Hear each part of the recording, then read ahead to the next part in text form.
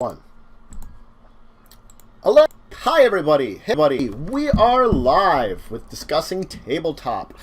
Yep, it's me and Joe. We're back. We had a week off. We're back here. It's time for exciting tabletop discussion. Yes, I was adjusting my camera because I should have already. So, this is our 95th episode. It is for December 8th, 2018. This is going to be our big PAX Unplugged special. Last week, we skipped the show because we were at PAX Unplugged. The reason behind it, we're going to talk all about, and if we have some extra time at the end, we are going to talk about a few of the topics of this week, which I'm going to introduce at that time. But now, let's dive talking about what happened, our PAX Unplugged. There's a lot. For those of you that are PAX Unplugged, it's a big tabletop convention in Philadelphia. We're nearby to it. We both got in with some media pass. I've traveled down 3 days. Joe joined Saturday. We played some games, talked to plenty of people, had a good time. Why don't I kind of go over some of the things I saw there, because I felt like that was the best thing to kind of introduce to it. We had a lot of adventures in checking out things. Weird Giraffe Games had Fire in the Library, which I thought was an interesting one. It's one I remember better than some of the others, which stand out. Where you're taking the role of librarians, the library's on fire. So you have to put it out, and there's risk for your characters, because you're working together to put out the fire, but you're also trying to save books. And first, you basically have the option of how far you push into things. The farther you push, the more danger you have. Better books you're retrieving, while the farther away you are. So a very reward, and it's like there's positioning. So when you get the options of how efficient yourself and things like that, that makes it for an interesting balance. But did you fire, or was it burning? The world's been turning. Sorry, had to go there. I saw for that one. That's fun. You know me too well, Matt. Oh, I do. I am gonna kind of go some of my notes here, because I don't want to go too in depth. Excuse me. As I was talking before the show, both of us saw a lot of games. So if we would go through all of them, we would for way too many hours. Yes. And, we're going to be starting a new segment on doing more actual reviews. Yes, reviews too. Because we some of these games, and we want. I would echo there for a second. Show them more to you, like when we pick them and encounter what we see. Anyway, reference games had Overlords of Infamy, which is a game that they've had out, which is about being an over with a lot of tongue-in-cheek humor, and they've got expansion coming out soon. So that was a very interesting one. Exocrat Games had British versus Pirates, which I thought was a very cool one, where it's a fleet building game. Like a kind of building, except you're building up, and the base game is you're taking the role of British, and with expansions they've introduced our friend Kevin got versus Pirates. He liked that one a lot. Who was one of the people that we met there. So yeah, I think they have the French expansion. They're coming out with a couple others just to really push forward what they're. All right.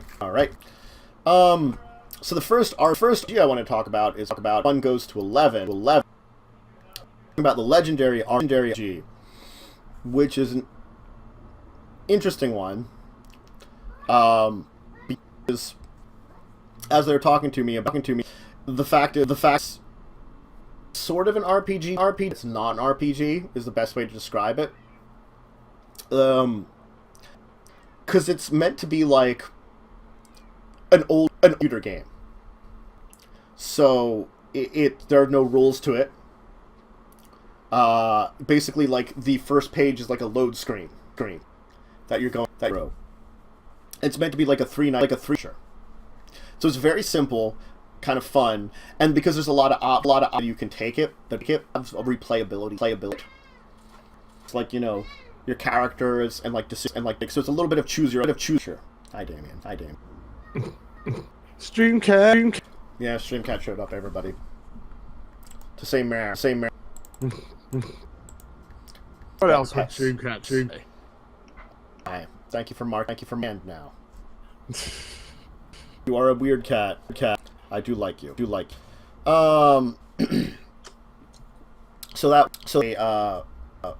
one. You. I'm the way. Sorry. Streamcat does what Streamcat does best. Interrupt. Legendary is something that they're kind of putting together, getting out soon. And they were talking about it there. Nomnivore Games showed off Emberwind, which is a RPG that I think was interesting, because we've heard about an RPG where you can have the game system run itself, or like players through dice and through choices they make the DM decisions, kind of things, you know, which is a very interesting systems when they have them put out. This one has the option for that, or having a person in charge. Now that means that specifically the best way to play the game is to use the adventures that they've put out. They have one adventure. They're going to planning to put out a bunch of other adventures that can kind of be intertwined, because basically the end of that first adventure will tell you which adventure you're being led to. So it could be this one next, which might lead you to the other one, or it could be that other one and then lead to that second one that I was talking about. Kind of like you can have like different orders because of that. And like there's other details that you'd add in if you have a GM in charge of it, who would be like putting together, you know, extra role-playing stuff. But you could just keep it simple and focus on the, you know, system and adventure in and of itself without the heavy need for the role-playing system if you didn't have a GM, definitely. So it does give options for that. So Emberwind was a very interesting one because it has that automated option. And they have their own Rise system, that they call it, which is their own basically system that they built for it. So that was a cool one. Yeah. Pardon me. I didn't get sick of PAX. I got sick from my niece. You didn't get a PAX plug. Or PAX plague. Plague. I got niece plague. I don't know what a PAX plug is, but... Well, if you didn't notice, in the media room, there's a tiny dog. There was a tiny dog, but it wasn't a pug. It wasn't, but it could have been. The lady had a tiny dog. Could have been a pug, but it wasn't. It wasn't a pug. I know. It wasn't. But if it had been, it would have been appropriate to what you were saying. Yes. How about the plaques up? Now I said plaques. Mm-hmm. I'm just going to give up. Yeah. Gatekeeper Games was showing off some Adapt, which is a like a dice and a card game where you're building your own mutant fish to fight everyone else's mutant fish. So I've seen certain games like that before where you have like a body card and you put like other cards around it, but like this one has a lot more like, it seems a lot more complex than some of the other ones I've seen of similar types of games. You know, like some of the ones are like, you know, kind of like you build your own monster ones I've seen before, and some build your own animals and things like that. But this one was build your own deadly fighting fish. Now, I did get an interview directly with Studio Wumpus showing off Summer, which is a video game tabletop game. I guess that's the easiest way to describe it.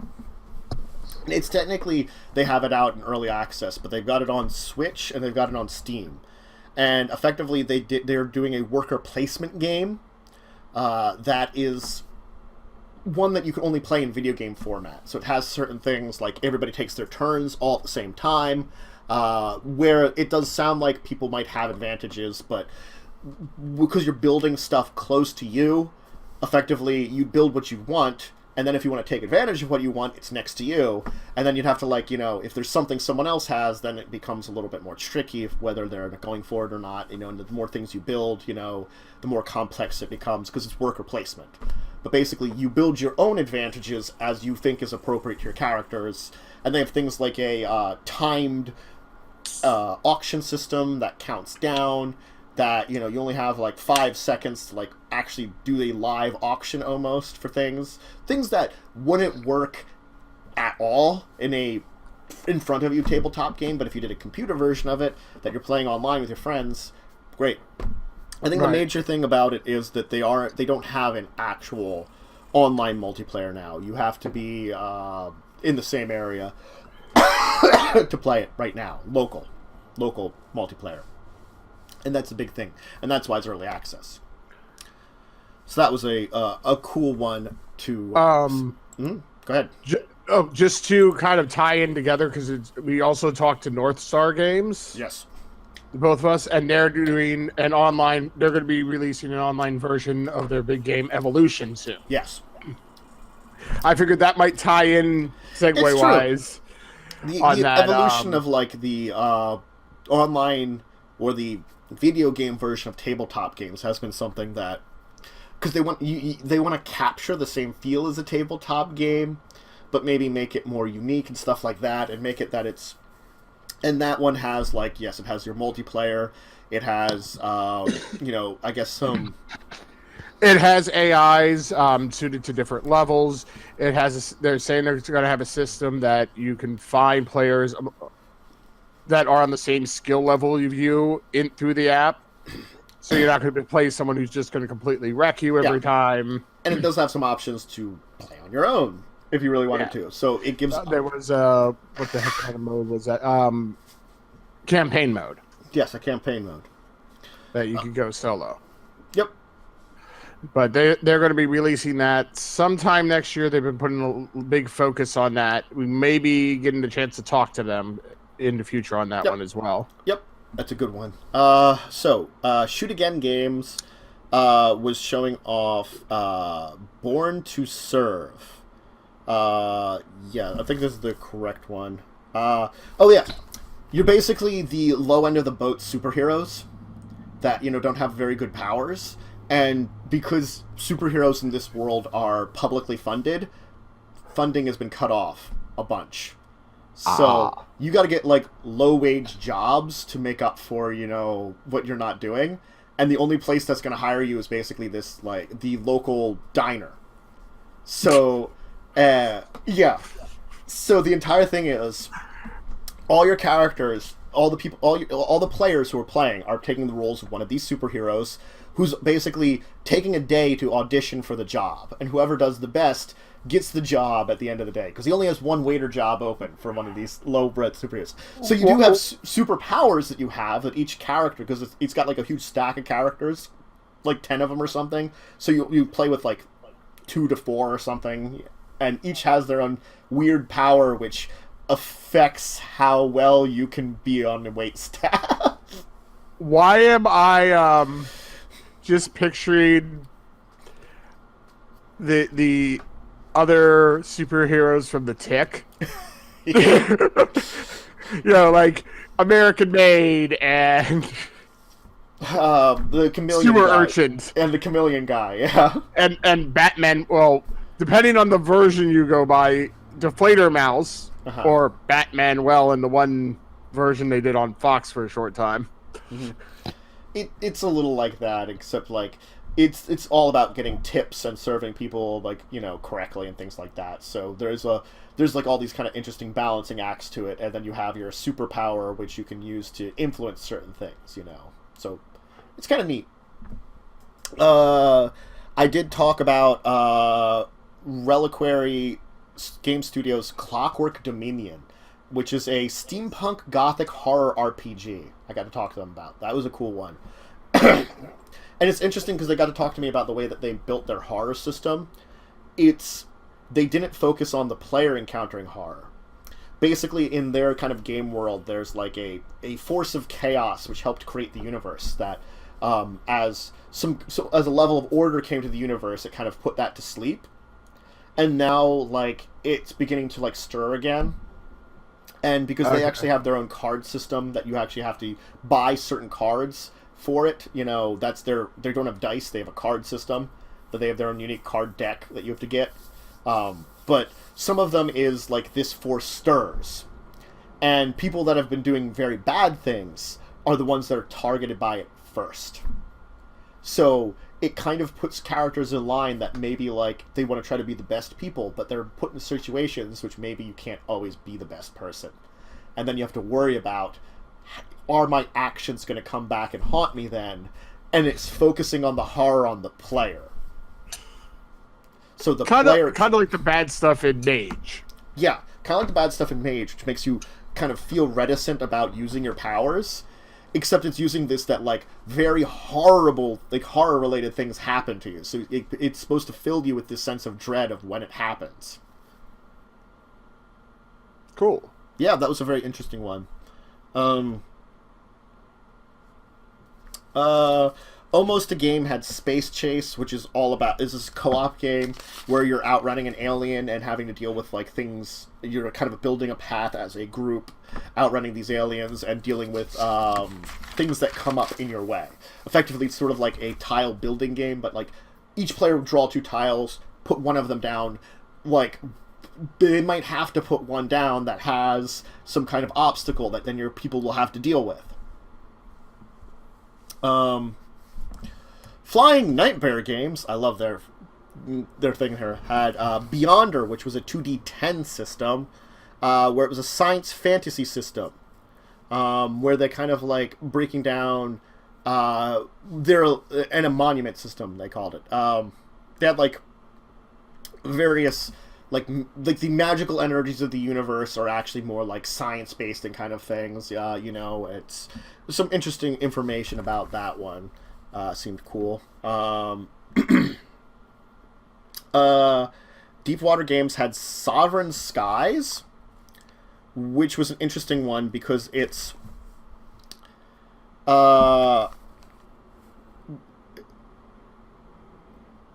sorry, give me a second here. Wow.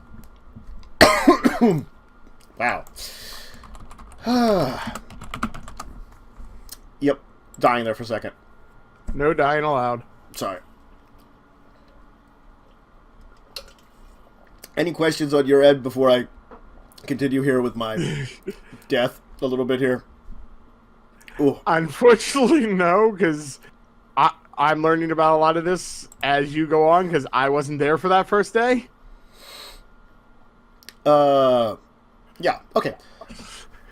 Anyway, Sovereign Skies. Sorry. It's a very interesting... It's fine. It's an interesting one as you're each taking on the role. Effectively, everyone's from Earth, but it's like the distant future, and you all find a group of humans who, for whatever reason, once they settled this planet, went back a little bit, so they don't have space travel anymore. They kind of lost it in their history, and so you've discovered them again. And you're all competing for basically kind of your sect from Earth is competing for influence over them. Not like right. Conquer. It's sort of like the sneaky conquering, you know, like I have the best deal with them. They're my friends now kind of thing. Gotcha. Yeah. Let us see here. And, I think I've hit up there's a couple more. Where's this one here?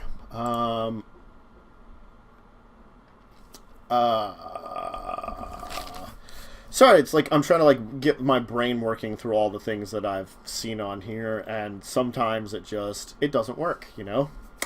Right. Oh God. There were some very strange ones. Like I'm not even going to dive too much of it. Like Dinosaur Island. Yeah. Okay. Which is apparently like a dinosaur park building game. Oh no, Dinosaur Tea Party was weirder than Dinosaur Island. Dinosaur Island was at least you're trying to build your own Jurassic Park. I just talk about this and it sounds so crazy and I love it. Call of Cthulhu is going to have a starter set. That's an interesting one.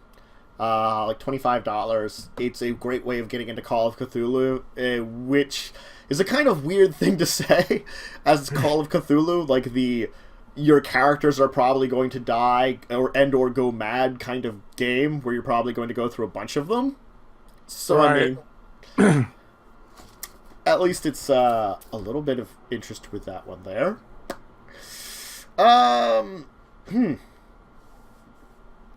Let's see here. Lone Shark Games had Ninth World, which is supposed to be like this ninth world in the line of all of them. It's supposed to be set kind of like in it's like it's a sort of deck building game set in like a future where you're looking upon the past, where like our world would be like the first world, and there have been 9 other worlds here, and kind of building up to it. So it's like kind of like a weird, super post-apocalyptic kind of thing, as there's been like 9 worlds on Earth, and you're playing the people with a kind of deck building game that are like looking into all the history of those other 8 worlds before them. I'm about done with the basic ones I wanted to go over right now. Crafty had Mistborn, which is a book series, which is a big diplomacy-based game. It's all about like negotiating with each other to solve problems, to kind of split rewards, but there's a point in time where you also kind of go against each other. You know, it's a kind of interesting thing where you can both be friends and enemies. I like those. We talked about North Star, which was a good one. Yeah, didn't mean to get you out of order. Just I thought that one tied in well. Oh, it tied in very well. It's just getting my brain organized for some of these things. And Onyx Path, I talked to them a little bit with some of their things coming up that they're working on, like a kind of Cavaliers of Mars, which is very John Carter-ish, and they're actually doing an actual like Aberrant book now that they have their Trinity book out. They're kind of like core of the system. They are doing like they do actually hope to do Adventure also eventually, which, if you're unfamiliar with it, Trinity, Aberrant, and Adventure were 3 games technically set in the same world but at different times. It's all about like superpowers and stuff. Aberrant is when people gained superpowers. Trinity is set in the far, far future where there's psychic people and people that are based upon the superheroes in Aberrant who've become instead, like, they've super mutated since then.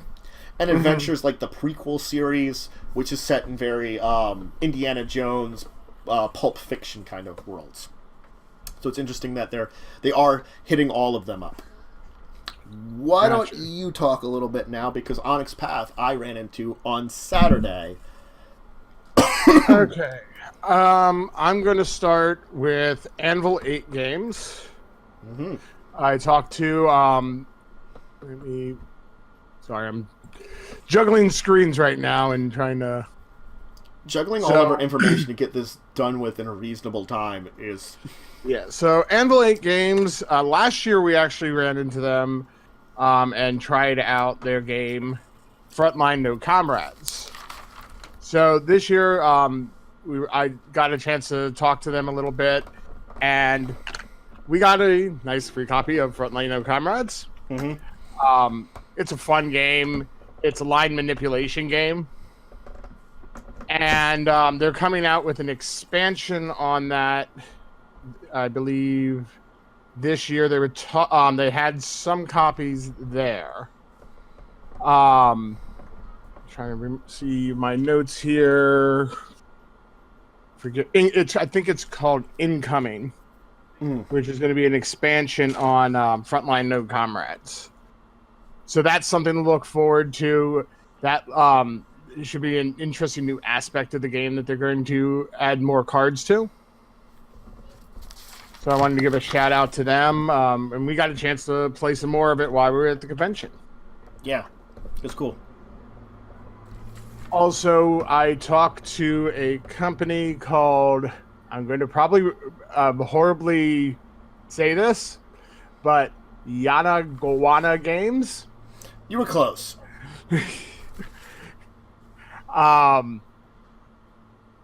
They have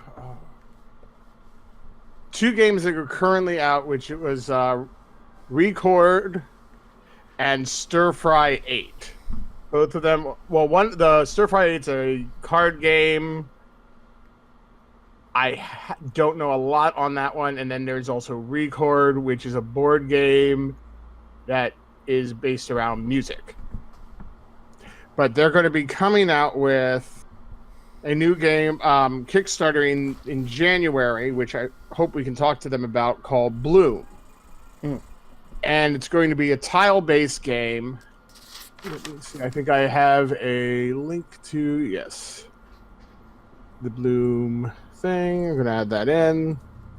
It's going to be a tile-based game, which you're trying to match up flowers. You're growing a garden, basically, and scoring points.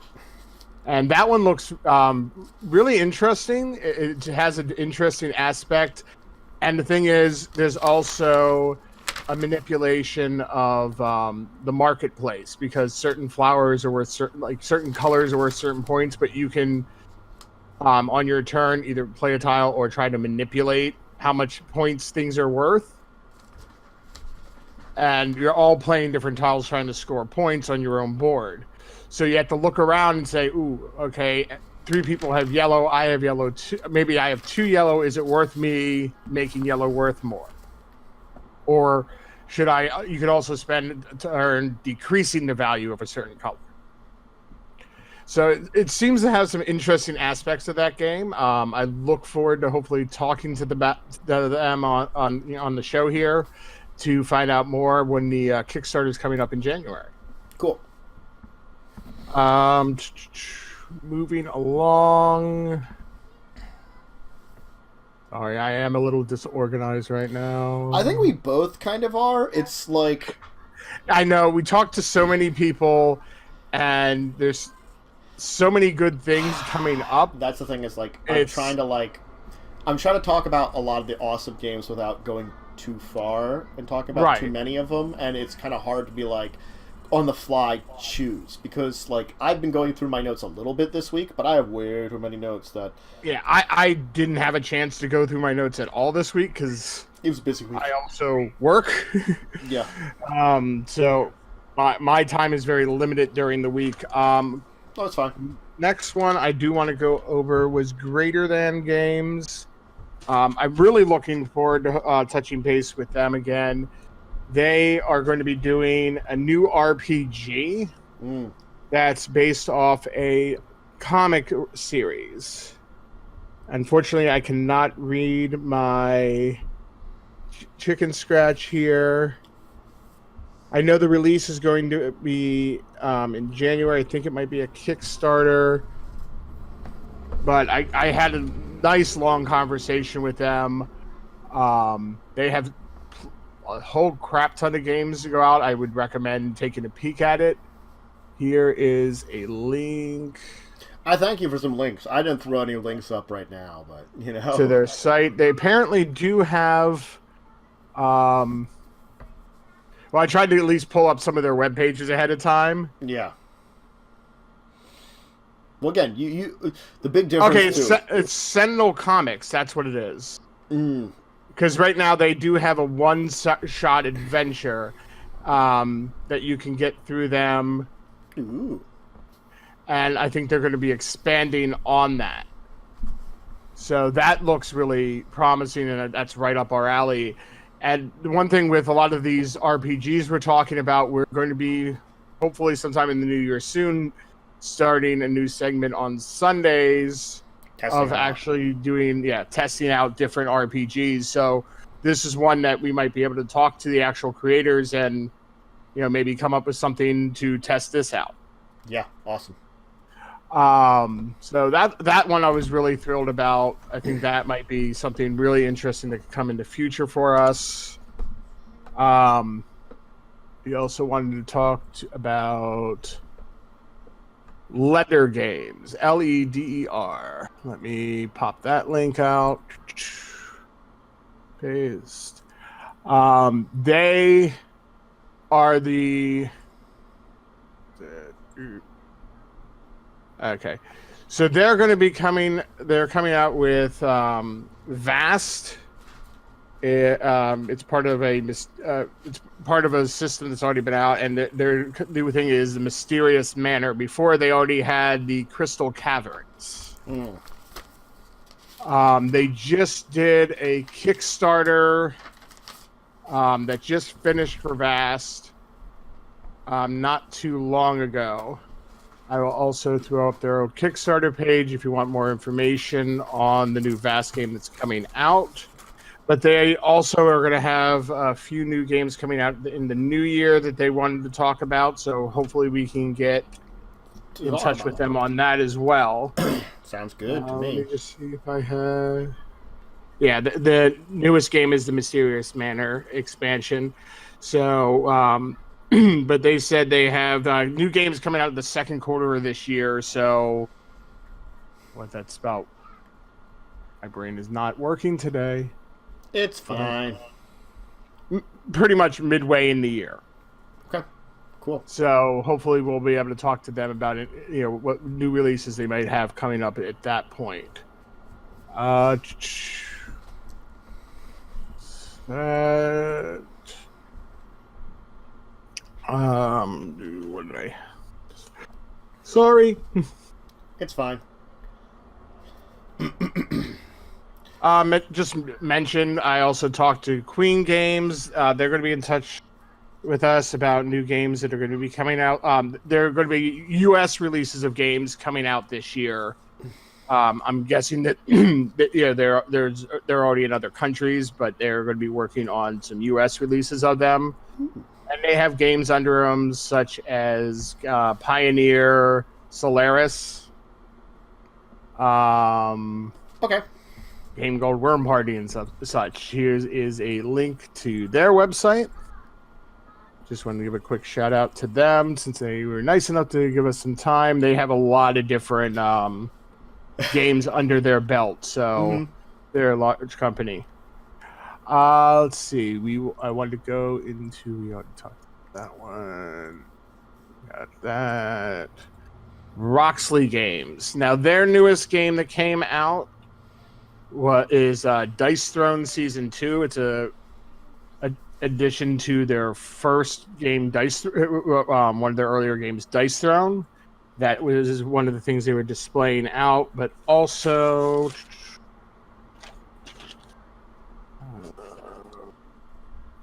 let's see. Okay. Also, there's going to be some new releases 2019 that they're going to want to talk about later this year as well. They also have games like Steampunk Rally you may have heard of. That was one I've been wanting to really try. So hopefully at some point while we're still doing our Sundays at the tabletop, I think that's one I already actually have that we could actually try out at some point as well. Cool. So here is a link to their site as well. Check them out. They have some cool stuff, and it sounds like they're going to having some interesting new and upcoming stuff in this year. Yeah. The last one I really want to touch on, because these guys were really amazing to talk to, is Soaring Rhino Games. They're actually based out in New Jersey, so this is one of our most promising ones that we can actually get a chance to maybe even sit down and talk to. That's true. It'd be nice sometime to arrange like an actual sit-down meeting. Traveling is tough, but New Jersey is relatively close. Yeah, that's definitely not too hard to do. Soaring Rhino, I talked to them. Their big new game is Shifting Realms. Now, I know we're going to go more in depth in another episode about their game. It was a lot of fun. We actually even got to sit down with the designer and learn to play it by happenstance, because we actually, their two brother team, Craig Van Ness and Jeff Van Ness. Craig is the one who very nicely gave us the game to review. Yeah. And Jeff, we actually happened to run into. He happened to run into us when we were trying it out at the convention, and offered to teach us how to play. That was very nice of the guy. Yeah. Yeah. So he was a great guy to talk to. He was very informative. He even went into some of the struggles of being a board game designer and trying to keep things prices as cheap as possible without still producing a really good game. And having having actually wooden pieces and nicely designed things, but the hard time of also keeping that under check. Now, they are going to be coming out with an expansion of Shifting Realms called Darkness Revealed. That's going to be coming out in 2019, so hopefully we can sit down and talk to them about that. Yeah. The first game has been a heck of a lot of fun to play. I'm looking forward to playing it some more. I'm going to actually send a link to that game specifically for the chat to take a peek at, but I also will send their general link out as well, so if you want to check out their other stuff, it's easy to do. So here's their main link as well to their site. They have a few other games. They're a relatively newer company and still on small side, but I definitely recommend keeping an eye out on them. I think they're going to be doing some really good stuff in the future here.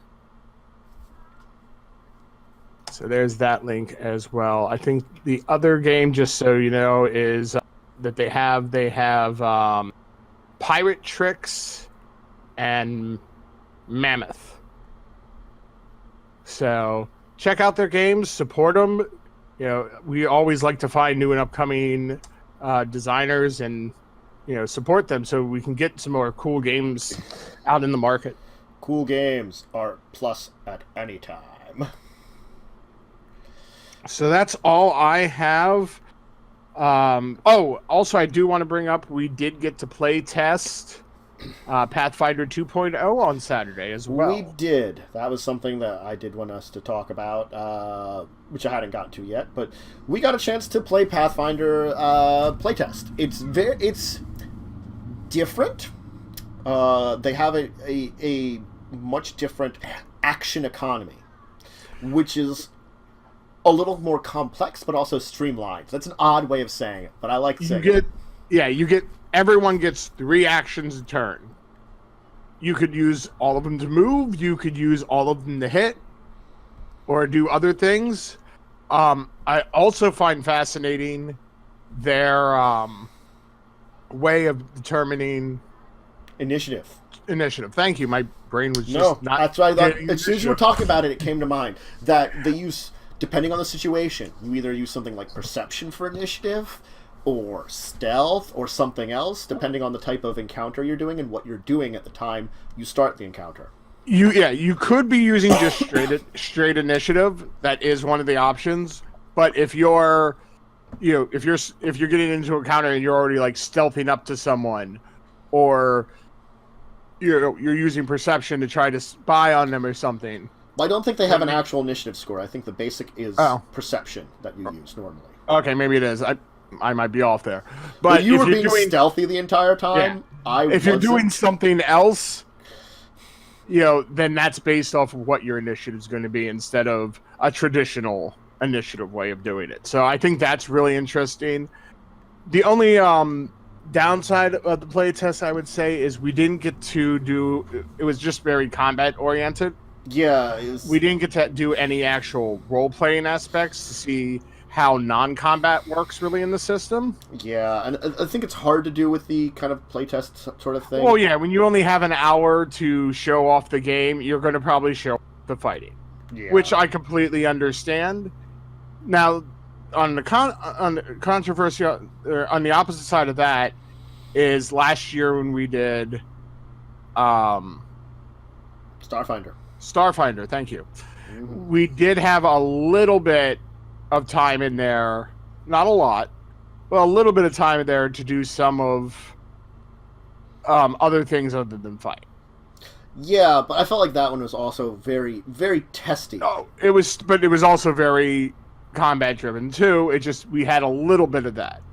I would have liked a little bit of it sprinkled in this time, but I understand you're trying to show off as, the big fighting aspect of it because that's the most popular. That's the thing that most people, when they're thinking about how's the system work, how's the combat work, right? Because combat can, be very. Combat can mean a lot to the game. Yeah, and combat's going to come up. You're going to want to know how to do it. And that might also be a lot of the big changes in it is that, how initiative, that's a huge change compared to a lot of systems. No, in a lot of ways, how a lot of the other aspects of it work. Like, I could see that there were some things on my character sheet that I had that were very non-combat related. But the thing is, we didn't have a chance to really test it out. They've boiled it down that the character options are all feats now. Everything is a feat. You get class feats, you get racial feats, you get feats as you, like the normal kind of feats as you level up to like general ones. So that sounds like a lot, but it's sort of like things for like class feats. So it might be like when I was playing a fighter. It's like my class feat was I can make attacks of opportunity, which isn't something that everybody can do. Oh yeah, attacks of opportunity, that's a huge change too, is that not everyone gets attacks of opportunity. And that really changes, including monsters and bad guys. So that really changes things up of, do I risk moving out of this guy's range, because he could be able to attack me, or, he could not. So it puts a level of, what do I do here? Yeah.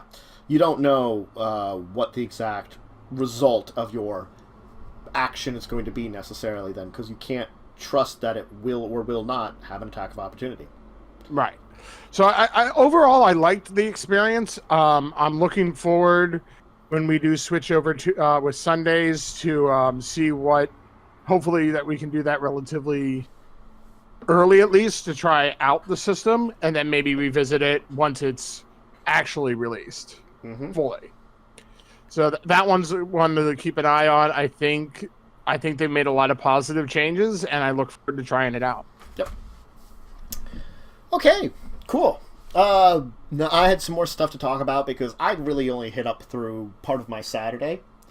I did want to talk about Good Man Games gave me Dungeon Crawl Classics. They gave me the quick start guide for it. It was very nice of the guy. He talked to me about it. They basically took what first edition D&D was and made a unique system for it based upon there. So it is very stat down the line. It's like a simplified version of that. So they removed a lot of the complexities of first edition while keeping a lot of the flavor that first edition D&D had. Which there are some people that actually like first edition. I never had anything particularly bad against it. I just thought it was a brutal system. It was a brutal system, and because we came into it, that was something that had already come and gone.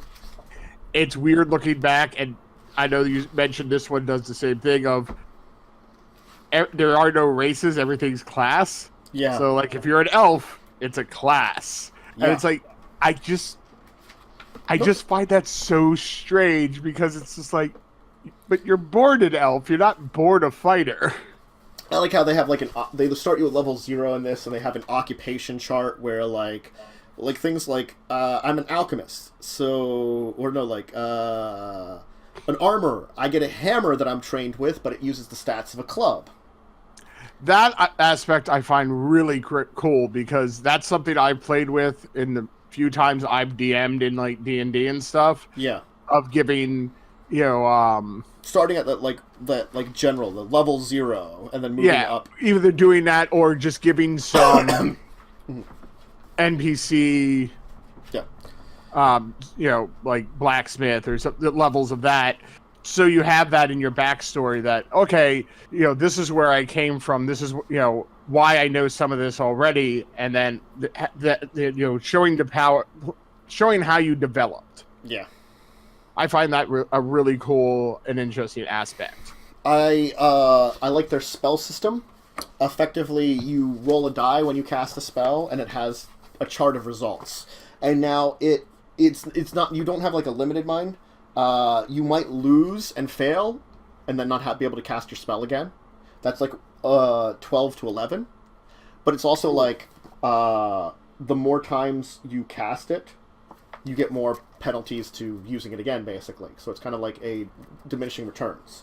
Like 1 is really bad, but then again, you've got like 32, which this choking cloud, which the basic casting it is like, oh, they're choking and can't do stuff. Like if you would somehow get a 32, which for 0 level characters, unless they do something like epically stupid, which will probably murder them, would do, they can't get this. Apparently, actually, you can. You can like temporarily give up attributes to like overcharge yourself. So you could like drain yourself away, cast the choking cloud at the 32, so that then it's a death cloud. You create death clouds with the same spell. Now I know we were talking about this when you were telling me about this system. I don't know if you got a chance to look into it anymore, but you were with the roll base.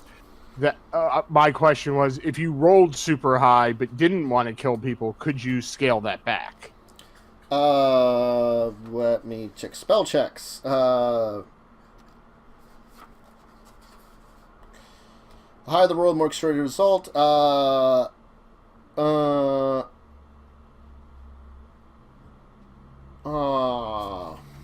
I didn't mean to throw you on the spot. If we wanted to talk, yeah, this was not like I was. That's why I was saying I didn't know if you had the chance to. No, I didn't know. That I'm just curious about, because if you can't, that throws another random element into the game, because it could be that you're trying to capture someone to get information out of them, and you accidentally kill them. Well, the thing is, I think you have to do certain things to get a lot of big pluses and stuff. So, I'm saying it's a higher level character, maybe. Yeah, it's a higher level character, maybe. Yeah, I still feel like you might roll that 20 and be like, "Oh crap!" Yeah, I put a little too much oomph in that. Yeah, my choking cloud is now super death cloud. Well, right. Anyway, so that was a cool one. Chat is asking what game we were discussing. Oh, yes, that was just Dungeon Crawl Classics. Yeah, Dungeon Crawl Classics. As I said, I was given the quick start and 2 adventures actually that are in here that they come out with. I had a very nice conversation with one of the people that works on this, discussing it and what they put out, and kind of a lot of things that have to do with the game. So, I'll see if I can find their website real quick to pop up for you. Oh, thank you very much. It's Good Man Games, right? Yes, Good Man Games. Okay, I have it for you. Excellent. So if you want to check out their stuff on Dungeon Crawl Classes, again, it's very first edition D&D, and that's what they're aiming for. That's what they wanted to do. Anyway, yeah. I did talk to Catalyst, which was a very fun one. The people that do Shadowrun, Battletech, they're talking about that they're working on their Battletech board game, which is coming out. They're working on a Sprawl Ops, which is out. Dragonfire, they're putting out like a new campaign that they're working on for it, which is kind of strange, but like I feel like they do their stuff a little better than Paizo did their campaigns. But I talked to Paizo, and I'm going to talk about that in a second for the Paizo card game. So that's another one. And there's the link to your Catalyst games. Oh, well, thank you. Thank you very much. You're welcome. That's what I'm here for. Yeah, oh god, there's the Dinosaur Tea Party, which is a whodunit game. I'm not going to go into that one. I did talk to WizKids. Like, the things that are found were interesting was, like, Fury of Dracula. They're coming out with a new edition of it, where they're just improving some things on it. They have a bunch of games that I think we've talked about some of them. Yeah, we recently did, and I did pick up a copy of Galactic Enterprises, and hopefully we will get to try tonight and be able to discuss in the future. That was one that I just really wanted and bought, and I'm looking forward to trying. But WizKids always is putting out interesting games that we talk about them a lot, and there's just so everyone has it, there's the link to them as well. Thank you. Mondo Games has which is one of the more interesting things. I just want to mention this. We did Who Goes There, which is a game based on the book that the Thing movies were based on. They actually did a Thing, the movie board game based on the John Carpenter one, we're pretty sure. Yes. That was weird. I did talk to them a little bit about that, but it was a kind of weird thing there. It was a lot of fun. There's a link to them as Wow, you're so quick on this. I did talk to Quiet Creation, the people that do the Zombies game. They, after a couple years hiatus, they're coming out with a new Zombies expansion. This might be their last one, but it's Zombies 16. They're going to Vegas. It's all about a casino. I have 2 of the sets of zombies. I have like 10 of them. Wow. I don't play with them ever. We haven't done it in a while. We've done them before. It's a hard game to sit down with, and you have to get the right people to do it. And we just normally we don't have the right people, and it's not a very good 2-player game. What's the name of their company again? Give me a second here. Twilight Creation. Twilight. Okay, give me 1 moment. I'll get that up in the chat as well. Thank you very much. I did stop by like Slugfest Games and talk to them about their Red Dragon Inn, and they're coming out with a new edition of Gambling I'm In, which is a game they came out with after the first Red Dragon Inn. Oh, I wasn't aware of that one. It's based on the concept from Red Dragon Inn of Gambling I'm In. They actually came up with a game of what the people at Red Dragon Inn would be playing. Well, also, they created one game that we also play a lot, I believe, which is... you would know then. High Noon Saloon. Slugfest did that? Yep, Slugfest did High Noon Saloon, and we play that relatively often because it's a quick, easy game to play, and there is a link to their website. Cool. I talked to Chief Ass Games, who are the people that do Kill Dr. Lucky. That was a fun one because they were showing off Island of Dr. Lucky, which is an interesting take on it. Kill Dr. Lucky is the everybody plays as like the terrible family members who are now trying to assassinate good old Dr. Lucky to get his money. And whoever kills him first basically is the one that's getting the inheritance kind of thing. Island of Dr. Lucky is a little interesting because it takes that entire format, but also adds the fact that you can throw hazards on the other players. Because there's some island hazards, yeah. So that was why it was a very interesting one they were showing off there. I was like, ooh, takes a new take on the Dr. Lucky kind of idea. Oh, and they also just, FYI for people, they do have print game, card and board games that are free. Yes. On their site. So if you're looking for something and you don't really have the money, check out Cheap Pass Games. They have some interesting stuff in that area too. And beta test stuff to beta test. Silver Clutch Games, I talked to them about a couple of things. They've got like Heavy Armor, which is a tactical mech game, but they also have Beneath Nexus, which is like a dungeon crawl game where one player takes on the villain and everyone else takes on the people going against the villain, kind of a card game. I actually, for review purposes, got a copy of Beneath Nexus, so we will be talking about that at some point in time. Cool. So that was a cool one to get, and some cool people to talk to about that one. And link in chat. Hey, thank you once again. Mm-hmm. Sorry. I talked to people at Looney Labs. I talked to him a little bit. The guy who made Flux. Oh, okay, yeah. I knew I recognized the name. I just... Mm-hmm.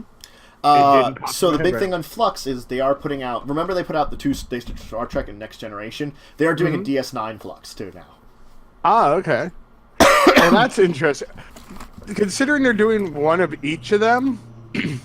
Now I can understand why they're doing that.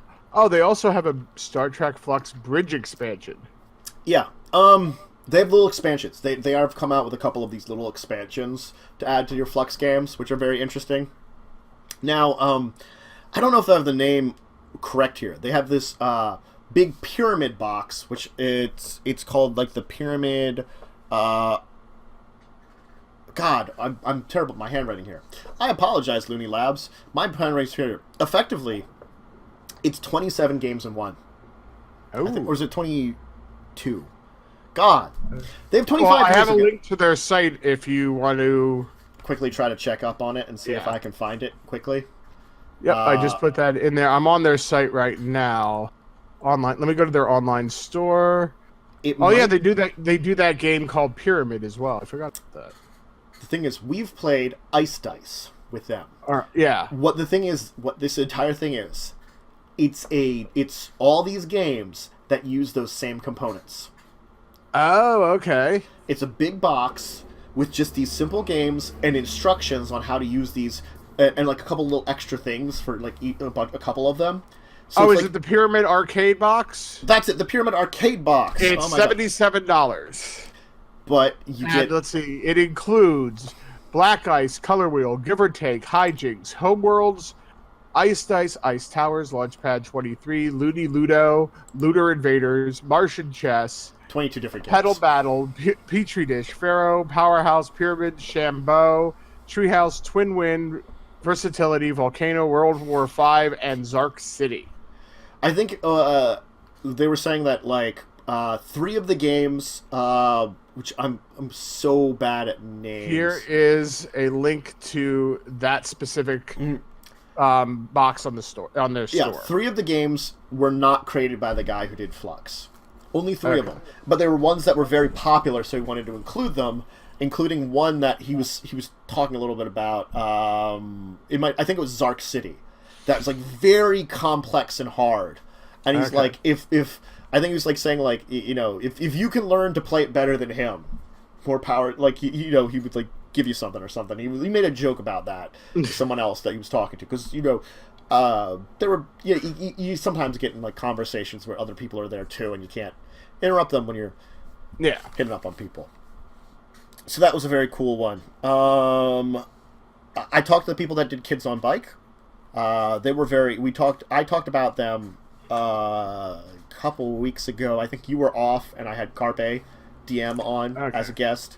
We talked about that one, which is kind of like you do have a storyteller, but there's a lot of co-op storyteller to it. Like as the players are defining stuff about their characters, that's used to help develop the world. Kids on Bike's a very cool one.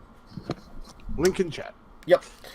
I talked to Arcane Wonders a little bit and AEG. I don't want to kind of jump into depths about them too much right now. Paizo. God. I talked to Paizo. We went over a lot of things. Starfinder's kind of something on its own, and they're coming out with the Starfinder Beginner Box soon. The Pathfinder Beginner Box was a great one. So that's kind of where they're going. And they don't have any plans, because Starfinder is, like, you have to adapt stuff from Pathfinder Starfinder still. They are keeping it that they will have rules for adapting between Starfinder and the 2nd edition Pathfinder, because that's what they're kind of calling it right now anyway, until they get a better name. Which the guy said, actually. Right. So Starfinder will evolve on its own until they need a 2nd edition. They are planning at next year's Gen Con to introduce the last of the 1st edition Adventure Path adventures, and the first one on the 2nd edition Adventure Paths. So they're kind of using Gen Con next year to bookend 1st edition into 2nd edition. And that's when they're planning the formal release of 2nd edition at Gen Con. So up until then, we can see changes in 2nd edition. They're also planning on relaunching the Pathfinder card game. What they're doing with it now is they're going to have a core set that they're coming out with. And then each expansion is one adventure path. So like when we were doing like when we tried it before, the core set almost was Rise of the Runelords Adventure 1, and you'd have to get the other 5 to sort of play out all of Rise of the Runelords. Now instead it would be, here's the core box, which is everything you basically need. Here's the Rise of the Runelords box you get on the side. With all the Rise of the Runelords, the entire adventure path. And just Dang it! Yes. They're simplifying it. They're making it better. Should have waited.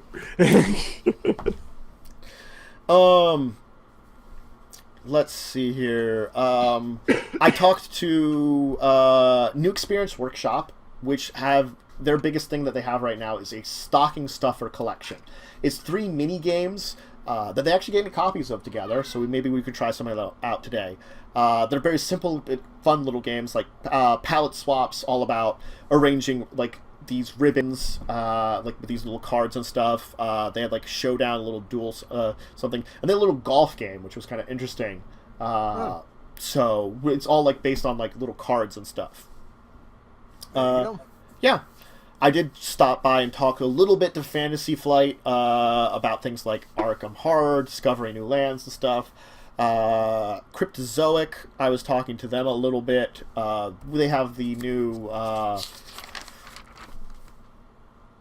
Epic Spell Wars. That was one of the big things that they have out.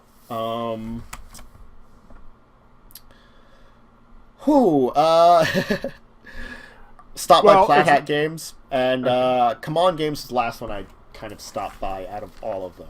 So I think I'll leave it at that. Well, I know there was another thing we wanted to mention, and that was the lack of a certain company that we saw there. Yes, which is going to get into our topics, but let's do this one here as part of our normal topics, because if you want, we are going to go over now some of our base topics. Hi. Yeah, Aurora, be good. I'm on stream right now, okay? Okay. Stream these. Okay.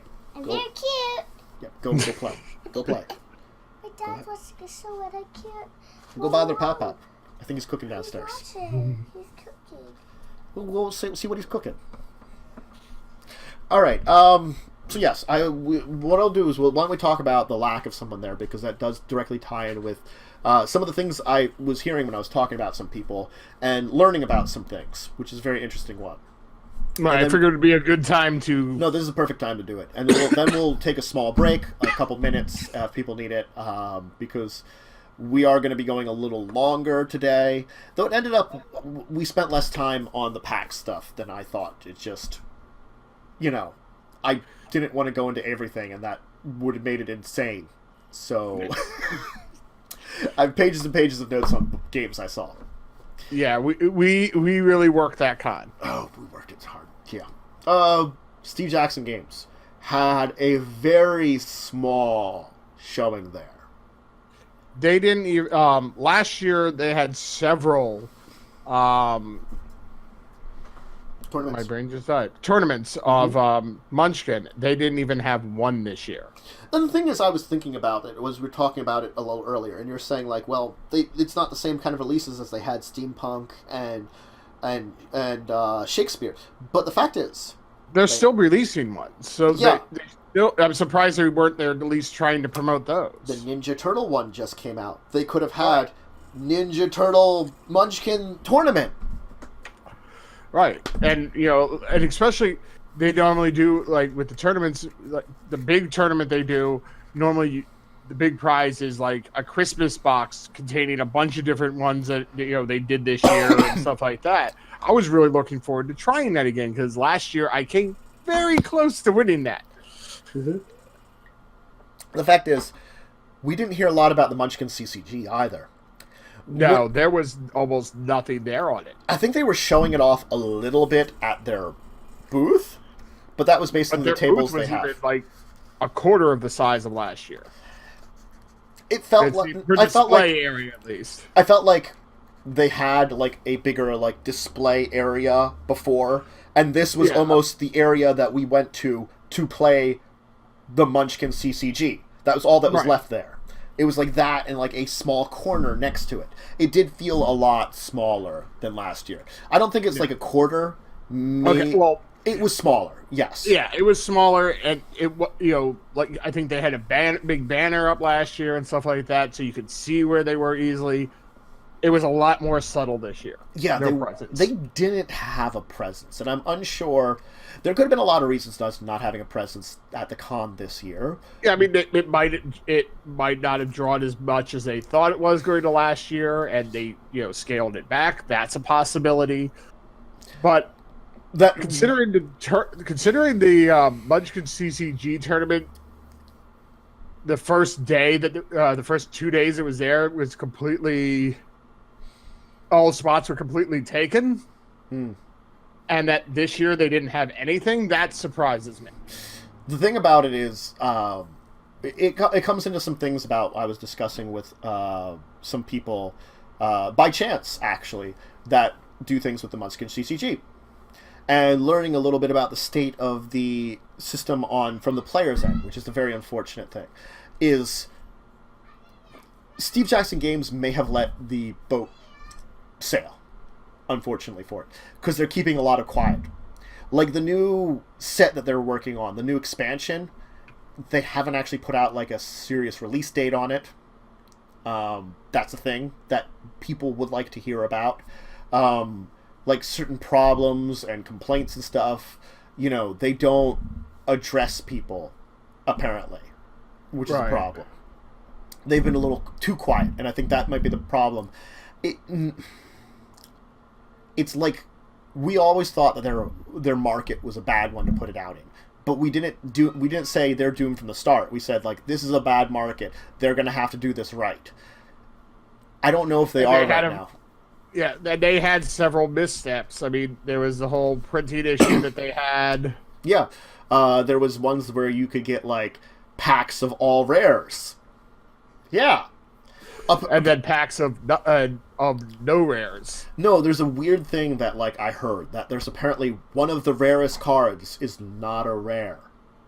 Ooh. Because it's like just one of the sets had a very unbalancing thing. The person didn't get into details, but they're saying like for one class there's this one uncommon card that's just specifically for one of the classes that is very rare for whatever reason from the way they printed it. Because, like, it's wanted. Now, granted, it's not, like, the most expensive, but apparently, like, there are people that are trying to get out of the game, and getting new people into it is not as easy right now for... because this person apparently runs a, like a forum on the Munchkin CCG, which is a nice thing to do, but I don't know. Talking with someone that... It's like talking with someone that's a Magic player, and can tell you about some of the things that are going on. So I'm going to hold everything with a grain of salt to a degree here. Yeah, the thing is, that their prices are all over the place. Like they just looks like I'm on their site right now. Mm-hmm. They released in the CCG Grave Danger, which is a 12-card booster pack. That's the one that's the one that's been kind of like. It took the longest time for them to actually like. They didn't say when it was being released ahead of time. Yeah, and almost $4 for 12 cards. Like Magic packs are close-ish to that, so it's not too bad.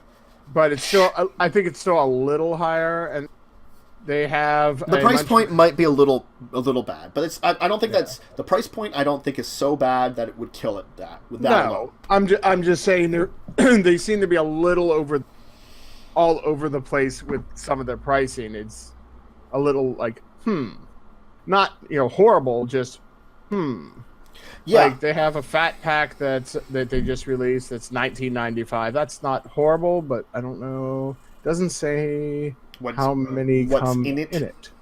I'm trying to figure out how many come in the fat pack. Is that it's 5 booster packs? Oh, and 2 new exclusive cards. 5 booster packs, you said? Okay, yeah. So that's actually a decent deal. You get the 2 cards. You get the 2 cards. That's basically the thing in for the fat pack, which is not a bad thing. That's sort of like. But 5 packs and the 2 new cards. That's okay. That's a little bit better than buying 5 packs by itself. Well, it was like when we were talking about Ultimate Masters for Magic, how you can price yourself out, and the thing is for that, the market has mostly readjusted itself. I'm sure if there's a problem with the CCG, the market will adjust itself, but it sounds like right now there's a possible problem. I don't know. I feel like this is the thing that I'm feeling bad about for poor Steve Jackson Games, because again, I mean, I like some of the things they do, but then they do awful decisions, and I feel like they're reaching a level of mismanagement on this entire thing. We've seen some of the results of problems with diving into a CCG with like the rarity and like all that kind of stuff, the misprints things. Yeah, that was bad. That was very bad to start them off with, and they don't seem to have recovered quite well on it. And it sounds like I'm pretty sure it was Ranger that the person was talking about. He just said a certain class. Right. But apparently they've done things to, like, errata things to make it less bad, because, it did feel like I was overpowered as Bard versus Ranger before, like vastly overpowered. Yeah, and yes, I know that's part of Munchkin, in a way of... But you want to both feel that way, that you can be very powerful. I felt like I was having an incredible uphill battle when I was playing against you. Oh yeah, no, I completely agree that it was way too one-sided. I'm just saying, it's a little bit in the Munchkin realm to have that, but at the same time, that takes away a lot of the fun in a CCG when one deck's going to be obviously overpowered because they the way they set things up. Yeah, that would be like a black, a black magic deck being more superior to other colors. Yeah, in general, like there would be no way to counter certain things. And as I said, they've eroded some things apparently to even out the power, and people will still think that like that one's popular, from the sounds of it. But I don't know. I think we have to keep an eye out and see what's going on here. They've kept up with the amount of releases a normal CCG would have, right? Which is about 4 expansions a year. Magic does 4 expansions a year. So they're not like over flooding us with expansions, which is smart. That they've kept along certain lines, but I feel like there's certain lessons they could have learned ahead of time they didn't. That's just, I'm worried about them. Right. I think the company will survive it, whether or not the CCG falls or not. It's just the CCG might not survive a long time. No. So watch it with a beta dog. Yeah. Do you want to take a break then, or do you want to just power through? It's up to you. I mean, we might be able to finish this up. We don't have a lot left. Yeah, we could probably power it through and finish it up in like 2 hours. I was thinking if we took like an hour and a half originally or so for the packs, but we got it done in like an hour. So yeah, because we only have another 4 or 5 topics left. Yeah, and some of them aren't big anyway. Yeah. So, all right. Let's talk about Magic a little bit then. Hey, they've announced something very interesting. The amount of money that's going to be offered in tournaments next year. And this is, okay, big note here, this is not just your physical tournaments. This is also Magic Arena tournaments that they're planning. But they have a $10 million prize pool across all of them. They're going very esports. They've actually saying that they're doing that. Which is very weird. Okay, I'll give you. Magic Arena. It is a video game version of Magic. Great. Esports that? Sure. But it's still connected with the actual tournaments, and they're... I don't know. There's a lot of interesting things about this entire deal that... This is something that they've just announced, so we're not far from the big announcement of this. Right. And, we probably haven't heard all of it. It was 2 days ago that they basically said this. I don't know. They're saying it's going to be an exciting year, and $10 million is a good amount for people to win. But the thing is, how many tournaments are there? How many big winners are there? There's a lot of questions I have, and is it enough, actually, with the way that the tournament circuit is? Right. I don't know. Because they're having a special $1 million MTG Arena Mythic Invitational event at PAX East. Okay. There's $1 million of it going right away there, apparently. Yeah. That's a lot of money. Yeah. Now, is that $1 million for just top place or $1 million for the entire top prize pool? It might be $1 million for the top prize pool, because it looks like each tabletop mythic championship, because apparently the pro tours are now mythic championships, because they had to change the Grand Prix to what was it, like Magifests or something? Stupid sounding now. So they're also changing Pro Tours to Mythic Championships. It still sounds stupid. I mean, Pro Tour sounded all right. You didn't need to change the name. Why the rebranding? But apparently each of those is going to have a $500,000 prize in their thing for when they do the Pro Tours. Which I don't know how many they do in the course of a year also. That's a question. Or how many they have planned, because they're adding more. Like, also, is the 10 million spread to all the countries they do things in, or is that just in America? It's got to be across the world. It's got to be all the tournaments. Because all those, the Magifests or whatever, or Magic Fests or whatever they're calling them now, all of those are like qualifiers to be in the Pro Tour. Right. So that also spreads it even more thin then. Oh, yeah. You go to the qualifier, you win your way in, then you can, like, do it. Yeah, the thing is, though, if you still look at it, it's like, that's one of those major problems is proportionally there are more.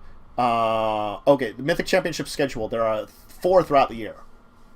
I just looked that up because I went farther through the article that talks about this entire thing. I'm guessing those pertain to the 4 releases of Magic too. But anyway, I was just saying, like, proportionally there are more Magifest / Grand Prix here in the U.S. than anywhere else in the world. And there are portions of the world that might get, like, I think, like, South America gets, like, 1 or 2. Right. Period. To the entire continent of South America. But it might not be one of their bigger selling places, so that makes sense.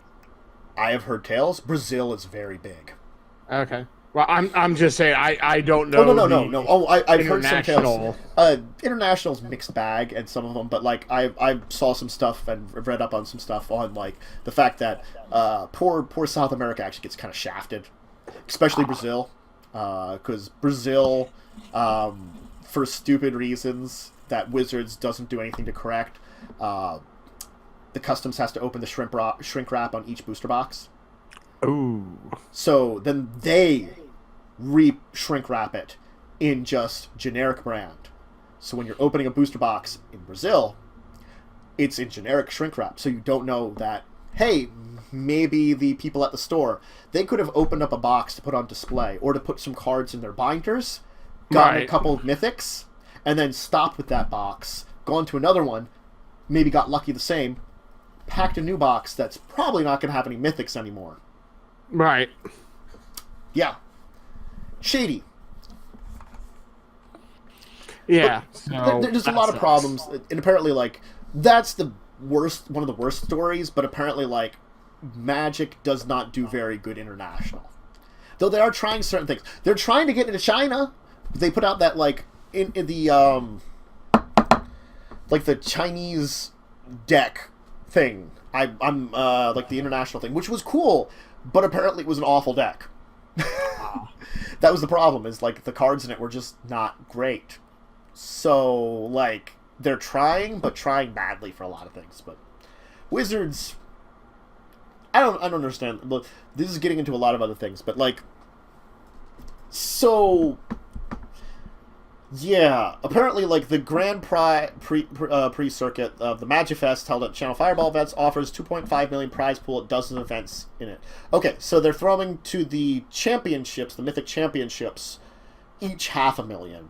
And you can, at all the Magifests worldwide, between all of them is 2.5 million, which those give you qualifiers to the Mythic Championships, which then you also have the Arena season, which is, like, offering a lot, and then you also have Nationals, World Cup, Team Series, the Pro Club. There's a lot of different tournaments, so the money spreads thin.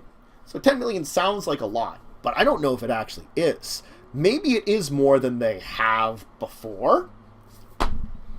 But, like, the Pro Tour circuit and, like, the Pro circuit is kind of a little awful because you have to go to a lot of these places, and Wizards... You're pretty much a professional Magic player. And Wizards doesn't always pay your way. Right. Or, when they do, sometimes they are very bad at giving you your +1 because some people, they want to travel with their wives or girlfriends or something. Or whatever. Your significant other. I can't be second there. Significant other. There are plenty of really good female Pro Tour players, which, unfortunately aren't always treated well also. But there's a lot of problems in the Magic community that we don't want to all get into here. But this one here is just, it's like this interesting cap of saying this is how much we're offering, and we're splitting it between the physical and arena. And I don't know if it necessarily is good or bad with how especially with splitting it through the arena too. It's this weird thing of I hear it and I want it to be good, but part of me wants to talk about it because I feel like it might not be, because we're not talking about the expansions and stuff, how there's more tournaments going on, more Grand Prix, more of these things, that they're expanding certain things while not expanding other things. It's like Vegas. Vegas used to be every other year. Now they're planning it every year. Right. And Vegas is the closest thing to a convention that they have when they have one of these Magifests. I think followed up closely by Seattle. And the only reason for that one is, guess who's literally in the city next to them? Yeah. Hey neighbor, we're having a tournament based on your game. Yeah. So, take it however you will with this one for Magic. That's what I'm going to say about it. I don't know how to take it, but it's a topic that I wanted to get into. Let's talk about something else. Let's move on to our sort of gaming segment. Hey, let's talk about something by WizKids. I like talking about things by WizKids. They have nice things to talk about. Yes. Chio's Secret. It's a game based around feudal Japan. You're basically deciding the fate of star-crossed lovers. So it's a kind of like, I guess, a Japanese version of Romeo and Juliet, where there are 4 teams, some that are trying to go do different things with the lovers, basically, and support them in different ways, or not support them. Right. Apparently, one of the teams called the Loyal Allies is the one that wants to capture both of them and execute them for their crimes of getting together. How loyal? We're loyal allies. We want to kill you. Uh-huh. The usurpers, the betrayers, and apparently the ones that are protecting them, kind of yeah. Wow, if the loyal allies want to kill you, what did the betrayers want to do? Apparently, betrayers seek to betray the daimyo and present Chio and to the shogun instead. Which maybe the shogun won't kill them, and that's what it is? I don't know. Look, there's a bit to this entire thing that confuses me a little bit. But that's fine, because it's a card game. It's you have establishments where apparently they're hiding out. And they have 8 establishment boards, which I think is an interesting one, because I'm guessing that each establishment gives you a little bit more, variety about what it is. So you could have, different games with different establishment boards. That might be cool. But anyway, it's something that they've announced that they're working on. It's coming soon. I just wanted to mention it because, it's an interesting little thing of the taking the Romeo and Juliet in a very different idea, and I don't think we heard a lot of Romeo and Juliet-ish board games ever. Have you? I haven't. No, not really. And just a few facts. It's 5 to 8 players, 14 plus, 45 to 60 minutes, and it looks like the price is going to be about $30. Cool. All right. I'm going to let you do the next one by yourself. I unfortunately have to make a restroom run. Okay.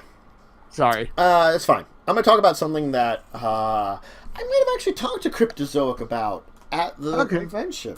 Let me check my notes. I shall return. I probably talked to him. Who knows? I'm so bad with my notes right now. Anyway, Cult. Choose your god wisely. Yes, it's a game that's coming out before the end of the year. I think it technically is out now. It's hard to tell with Cryptozoic sometime and their site and other information that they provide for it. I can throw a link for this one in chat because I already have it out in front of me. And Joe's not here, so I should. Yay, I'm being the productive host. So the entire thing is you're trying to summon your elder god, or your whatever it is. Your god. You should bring about 5 altars of your god's greatness, and you are basically building your own cult. It's a cult building game to worship your dark deity and bring it into the world in order to have your, end victory goal of whatever it might be, whether like conquer the world, destroy the world, any of those kind of things. And you're taking place in this like the eternal city, as they call it, where there's powerful magic kind of interlined in there, and you're trying to you send your priests to your building, bribe officials, you complete for influence with your fellow players. Each god has its own strategy that you're going to be doing, so maybe you want to choose whatever god your little cult is following wisely. So there's 8 different cults, the game board, a lot of different tokens, a bunch of different cards. It's an interesting little game of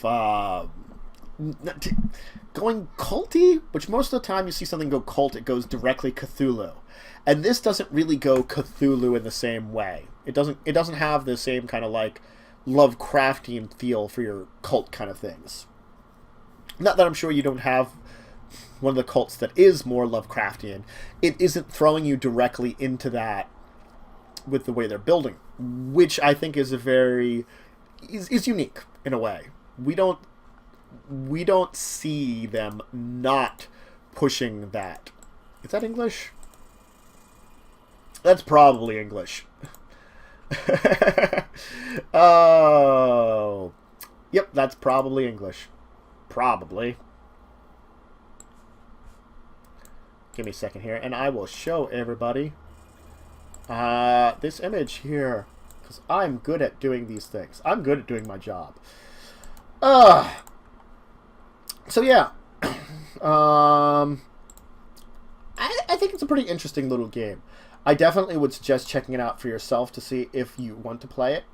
It's a board/card game, of course, and it's, to a degree, you got your resource managing for, you're managing your cult, trying to grow it. But of course, different cults, different goals. So there. Cult! Hey, choose your god wisely. It is, oops. I'm trying to figure out how many players it is, if I have more information on it. Please. Please! I don't. Board Game Geek, thank you. 3 to 5 players, which 4 players would be the best. They recommend 45 to 90 minutes. So it's a pretty lengthy game, of course. Sorry, I gotta get a drink here because my entire thing. So, like, there's like Fafnir, Nefertiti, Tiamat, very elder gods, but not like Cthulhuian ones. You do have Cthulhu as one of them, but it's got like interesting that Cthulhu is only one of them, and all the other gods, like things like Anubis, Arachne, Janus. These are very unique and different gods. Like Janus is like very Roman. Tiamat is D&D. Well, I guess they might take it. Like Anubis is very Egyptian. So it becomes very interesting that they push it in different directions that way. Lots of cards and tokens. Anyway, that is Cult. Choose your god wisely. Cool. All right. Joe's not here for a second, but let's move on without him because we want to finish up in a timely manner. This show, we started early just in case we were going to take forever. Didn't take forever, it seems like. Sorry. Again. I have niece plague. So, apologies. So, let's talk Forbidden Lands. Forbidden Lands is an RPG that is out now by Free League Press. It went worldwide, December 6th. It's for rogues, raiders, treasure hunters, and scoundrels that are entering the forbidden lands beyond the mountains.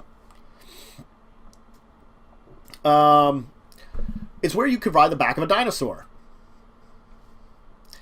There was a curse that apparently is gone. The curse of the blood mist in this world. The forbidden lands can finally be reached. They can be traveled to. You can explore it to find out what kind of treasures are there. It's a magical journey into an unknown area where you find ancient treasures, fight whatever gets in your way, or maybe whoever gets in your way. Gonna be beating up other adventurers.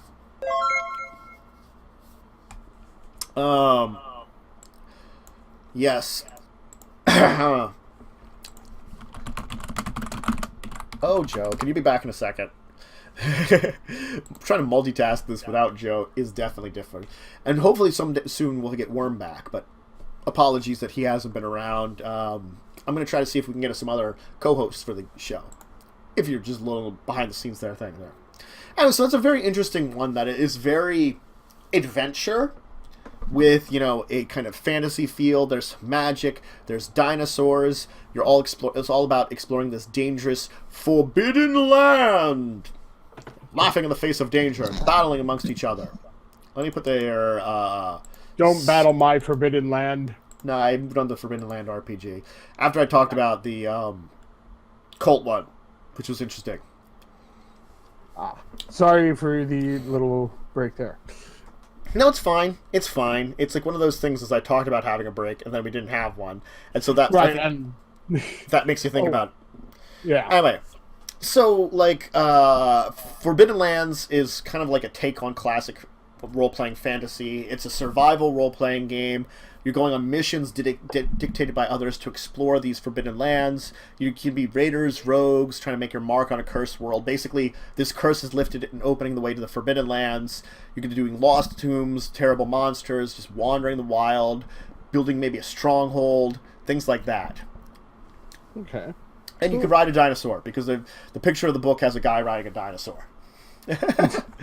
Uh-huh. The Yes, Forbidden Lands. How forbidden are they? Probably pretty forbidden, as there's apparently this blood mist curse upon the land for the longest period of time, keeping people away. And now it's gone, so people can go explore it. And you might fight other rogues. That's like one of the main antagonists you could have is like other rogues who are out there for like looting the place. Competition. No looting. That's our job. This is my loot place. Go get your own. That sounds so terrible.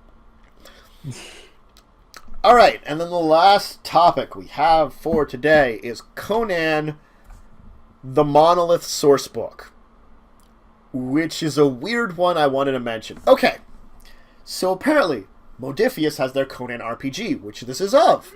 Monolith has their Conan board game. Now we have a source book that brings the two together. It's like a marriage.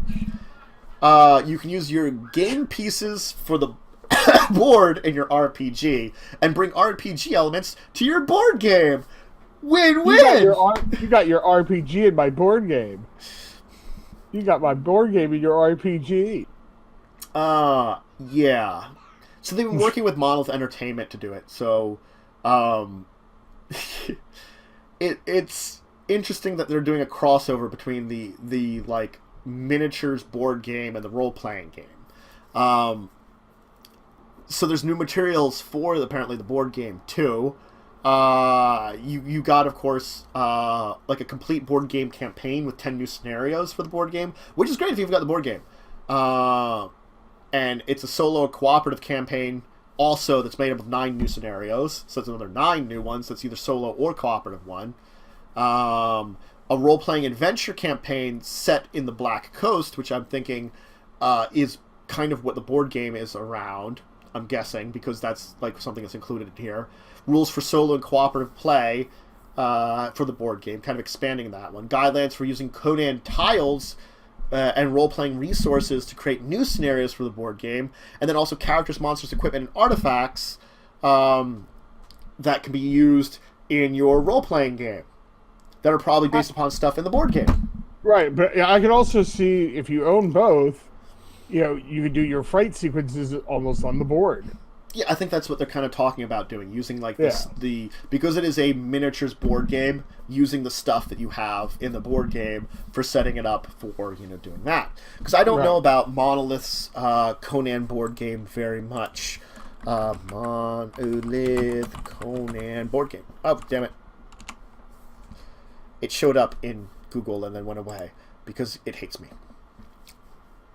Because the thing is, it's something that feels like I haven't heard a lot of new stuff about it. It's been out maybe for a while. It's a tile-based board game with a lot of little miniatures and stuff. They 74 miniatures in the basic one, and I think they probably have like a bunch of cards and stuff. So it's your standard kind of build a board game, except it's Conan based. Here. Thank you. I do find it interesting. Like, there's definitely a good thing to have the board game in the RPG. As you were saying, that's an excuse for having, like, miniatures set up for battles. That might help you with that. Adding battle maps. And in a way, then, maybe making it more... Are they trying to make the board game closer to something like the D&D board games? Who have tiny bits of role-playing elements, but maybe taking it a step farther and adding more role-playing elements to it. I don't know. I find it's an interesting idea. It is an interesting idea. That's the thing about it. It's interesting. I don't know how well it works, but it's interesting enough for me to like talk about it and say like maybe we should try it. Like people should try it out. That definitely is like bringing me into it. It's definitely a very interesting concept that they're doing here. And I like kind of that the Modifius is willing to do things like this. Modifius is very creative, and they have a lot of these RPG systems, and these little connections like this one here, I think are the interesting things about it that make me say, like, maybe I want to check this out a little bit more. Right. No, it's always interesting when they try to merge properties and see, what comes of it. Yes. All right. Is there anything else you want to go on about any of these topics? No, I got nothing else. I think we've covered a lot today. I think I wanted to hurry a little bit because, again, I'm still sick. Understood. Madness of the Land was a test for me. Unfortunately, they were role-playing a bunch, which makes me have had little breaks to, like, rest my voice. Oh, my God. Running a role-playing game will feel like this that was my big test. Anyway. Yeah. Thanks, everyone. Let's go on to our... I don't know if we have anything prepared for our regular segments. Normally, we have on our docket a couple of regular segments here. We have our Kickstarter Korner, where we talk about some Kickstarters of the week. I think you can check out any of the places that we talked about and their Kickstarters, and that's what I'm going to be for my suggestions for the Kickstarter. Yeah, same here, because... There's a lot of them that have Kickstarters. We kind of talked about a couple of them. Yeah. Like, there is a lot of cool stuff coming out, and we're going to be talking about a bunch of it in the coming weeks. For our week in tabletop, I'll just handle the role-playing games I had. I think we talked about most of the board games we played with PAX Unplugged. I did do some Settlers at PAX, which has been a while since I played Settlers, and I played a version of the game which is a little better than the the version that we normally would play with, that our friends Blaze or Cindy would have. I think it's like a newer edition of it, and so it was a little better. Little like quality of life things that were nice, I think is what it was. Nothing like major, just quality of life little things. Anyway, and I think we talked about, we did the two of the games you had got, and two. Right. But for role playing, I did do one thing of Legacy of Kain last week. We didn't have it this week because two of our people were sick. Go figure. Sick week. Mm-hmm. But last week, we introduced Umber, who's a new player, whose character I'm not going to remember the name of right now because it's the first week I've had him, and it takes me a couple of weeks to remember character names off the top of my head. But he joined the team as they tried to steal the last bit of firefighting gear they needed. And things went super south. If you could... The botch to begin with compounding with the botches they had last time they tried to steal stuff, made it that the authorities showed up, that the authorities that were looking for them and on patrol. And because they had previously robbed one, had a witness, and they had guns on them, this was armed officers were on patrol, which is not normally something that you find a lot of in England. They don't normally travel with guns. Guess what? Because there were gun-toting villains out there, they had to be on patrol.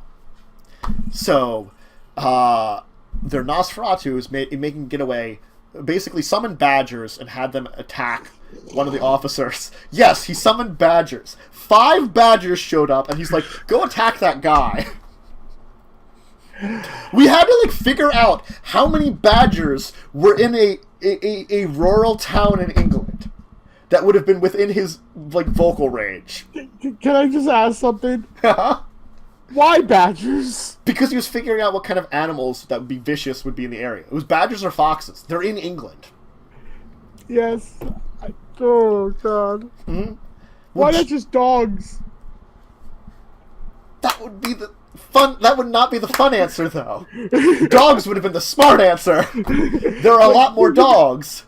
Like yes. government pictures, or specifically like government pictures. Just attack him. No, just summoning dogs, because he summoned like a quarter of all. I think, no, he summoned like half of all the animals in the area of whatever he called to. Half of the dogs would have been like a couple dozen dogs.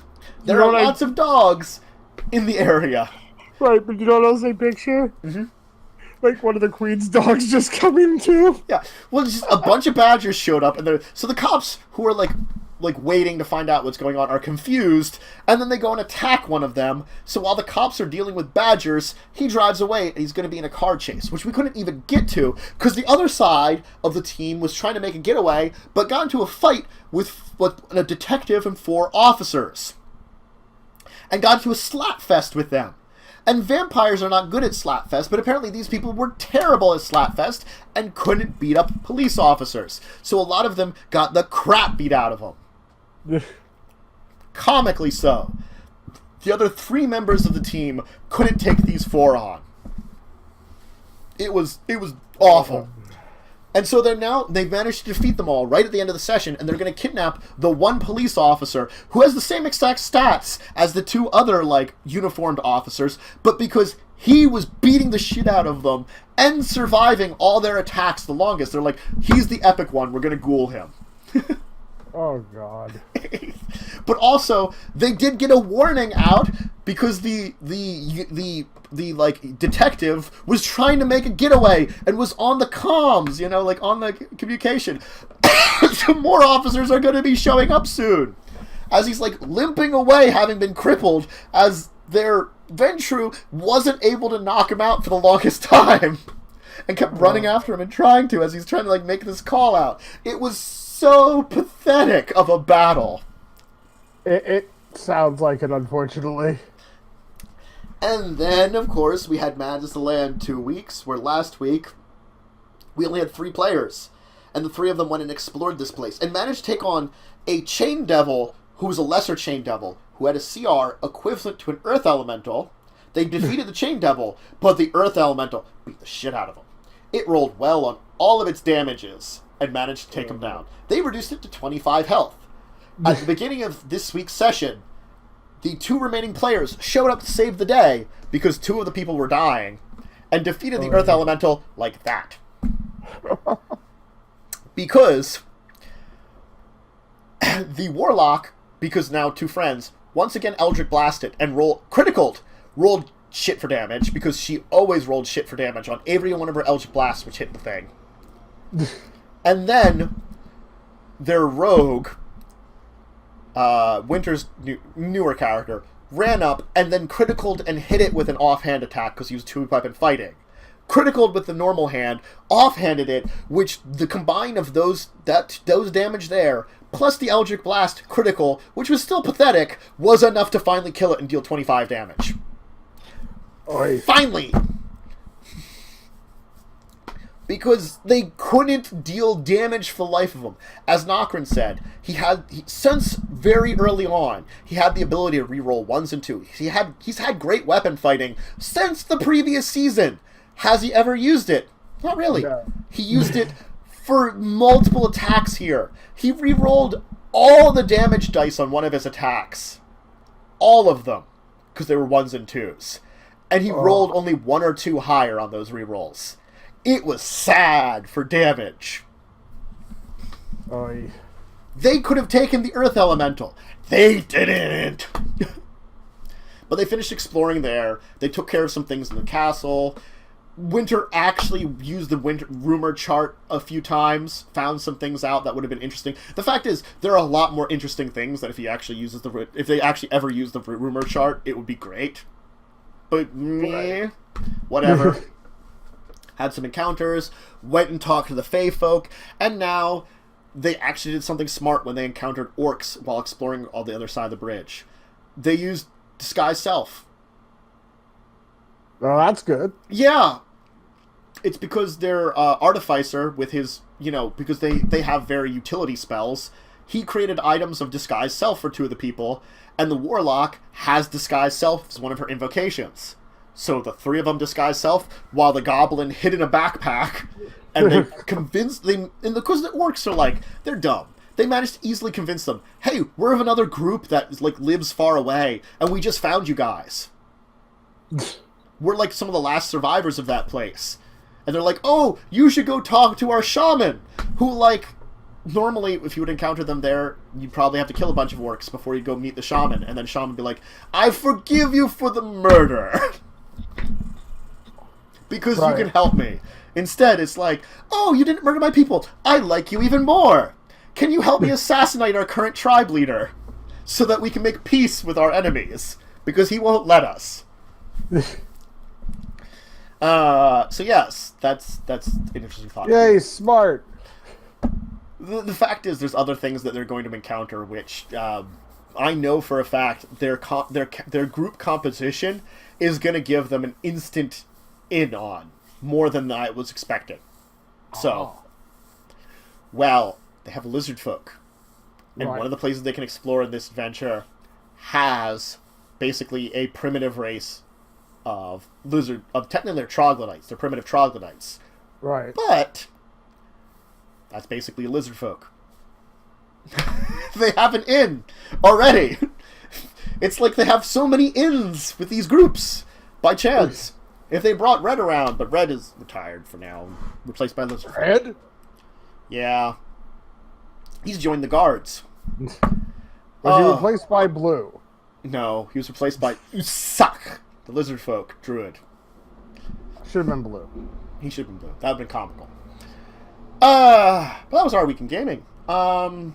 Consult the table. If you ever have any questions in our chat that you want to talk about, any of the topics that we've been handling here, anything else related to the world of nerdiness, tabletop, etc. If you have a question about some awesome movies, TV shows, books, anything like that, that we can possibly answer related to any kind of tabletop, board games, card games, anything like that. Any kind of questions that you got, go ahead and ask them. We can answer the best of our ability. We're always listening. Yes, and we have a Yahoo, discussingtabletop@yahoo.com. You can send us. You can put it in the chat, in the discussions of any of my, when I put these videos up on YouTube, which expect this one up on YouTube before the end of this next week. I'm finally catching up on videos up on YouTube. If you follow me on the YouTube side, you would have noticed there have been a bunch of videos coming out over the past couple of days. Guess what? I'm a month behind on stuff, and I'm finally catching up. You're behind on anything? Someone was talking to me about my scripted videos on YouTube, and I'm like, I'm going to catch up on the other stuff first. Give me a week or so. Then I'm going to look into actually getting back to my scripted stuff finally. I feel like, PAX Unplug has done a little bit to refresh my soul. I needed that. I think I kind of reached a low point in my soul when it came to, the work, so. Yay! You have a soul? A little bit of one. Just a small one. Small one. Mostly dead. Okay. But thank you, everyone who's joined us today for Discussing Tabletop. Joe and I are always glad to talk about these topics and share what we're doing in the world of tabletop with you. Yes, expect that in the next month or so, I'm going to try to get, hopefully Wyrm will finally be able to come back. He's had a schedule that unfortunately pertains that he's going to be more guest spotty in the near future, if he can join us. but he's hoping that eventually he can make a comeback. And I'm going to see if we can get a couple, maybe one or two more folks to join us to kind of round out our table again. And, of course, then some guests. Yes, we're hoping with all the contacts we made at PAX that we're going to be able to actually have some decent guests coming up in the near future. Oh, yeah. Bunch of guests. We're going to be working on those next coming weeks and organizing a lot of stuff. So expect, I can't tell you if they're going to be guests that are going to join us for the entire shows, for small interviews at the beginning or ending of shows, which I know how I can arrange that, and I will figure that, all out for here on Discord and stuff like that. But, for the video and stuff for you guys. It will be semi-seamless. We'll probably switch between, this view and the view with the guest kind of thing, which I can definitely do. And then, if they only want to be on for short interviews. Right. I'll figure that out. But we'll be back next week. More Discussing Tabletop, more things to talk about. And that's also when we'll probably try to get in some reviews of some games. We've got some new stuff to check out, and we'll talk with you about them then. So, new stuff coming up. New exciting things for the podcast. We'll be back to the normal time of 2 o'clock next week, 2 to 4, around that time. Well, 2 to usually 3:30. We've been doing it. This week was just special for PAX Unplugged. We wanted extra time just in case. Yeah. Which we did run a little long, so... We did run definitely longer than a normal session would be. We did not need the extra hour, though. We had an extra hour more than we needed. Which is good to have just in case. Because 4 o'clock is our cutoff time. At least for both of our schedules, currently. Yeah. So, Joe and I will be at Sundays at the Tabletop tomorrow. If you want to join us for that, that'll be at 8 p.m. Eastern Standard Time. I'll be back. I think we're going to try to do Evolution. We'll try to do Evolution. That sounds like a good one to do. One of us should look into the rules. I already did. Excellent. I actually did something yesterday to look that up and try to figure it out. It's actually a really easy game. Excellent. Then I will rely on you to do that then. Yep. And it's minimum 2 players, so we'll be how many maximum players? We'll see how many. I think it's 6. Well, that's good. I got to double check. Find out for me and let me know. And then I'll be back for, of course, Legacies of Kain, the Vampire the Masquerade RPG show. That's going to be Tuesday, and Madness of the Land is going to be on Thursday. Those have been 2 big streaming shows that we'll be getting in for RPGs. And, of course, if you want to join me for video game streams, I didn't have one this morning, but I do have them relatively daily. I might not have one tomorrow. Might be traveling again tomorrow. Sundays is always up in the air, but definitely expect on Monday I'll either be doing Stellaris 2.2, which I've been experimenting with my Rim World, and expect a 3rd game on the agenda, though, for this week. I'm not sure what yet, but those are the 2 other ones that I've been playing a bunch of, which I hope you've joined us for the fun for those. But thanks, everyone. We'll both definitely see you, at very least, next week. Bye.